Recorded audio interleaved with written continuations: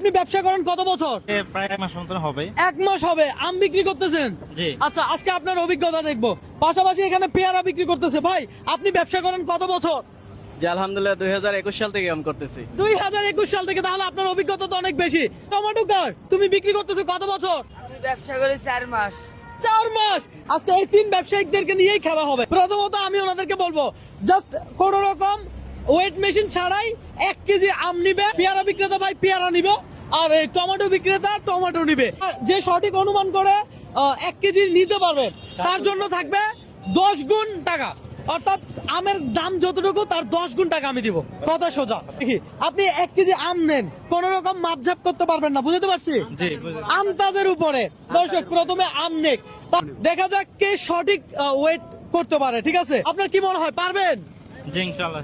দেখা যাক। হবে। হ্যাঁ 1 কেজি হবে। 1 কেজি হবে। দর্শক আমরা আম নিলাম আম বিক্রেতা ভাইয়ের থেকে, তারপরে আপনি পেয়ারা নেন, 1 কেজি পেয়ারা দেন, কোন রকম মাপা যাবে না, অনুমান করে নেবেন।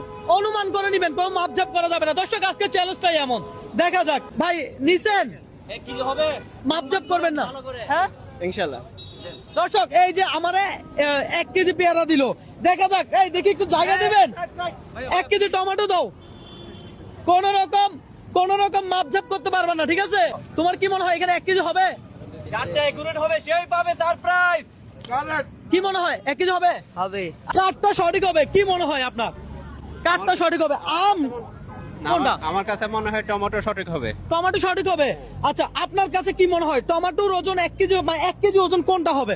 কি মনে হয়? আমার মনে হয় প্যারা হবে। পেয়ারা হবে। দর্শক আপনার কি মনে হয় টমেটো বিক্রেতা ভাই জিতবে, না আম বিক্রেতা ভাই জিতবে, নাকি পেয়ারা বিক্রেতা ভাই জিতবে? ভাই এখানে 1 কেজি কোনটা, মানে কোনটা হবে কি মনে হয়?